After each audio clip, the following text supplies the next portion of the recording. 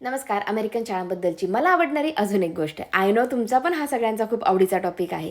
तर आज अंशला त्याच्या शाळेकडून कुपन मिळाले.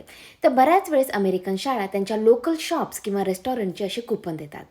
तर कुठल्याही ॲक्टिव्हिटी शाळेमध्ये होतात आणि त्या ॲक्टिव्हिटी झाल्यानंतर मुलांना जस्ट ॲप्रिसिएशन म्हणून किंवा मोटिवेट करण्यासाठी असे कुपन मिळतात. तर अंशला जे कुपन मिळालं ते आहे एका पिझ्झा रेस्टॉरंटचं. तर इथे जे पण मुलांना हे कुपन मिळालं आहे त्या सगळ्या मुलांना फ्रीमध्ये जेवण मिळणार आहे.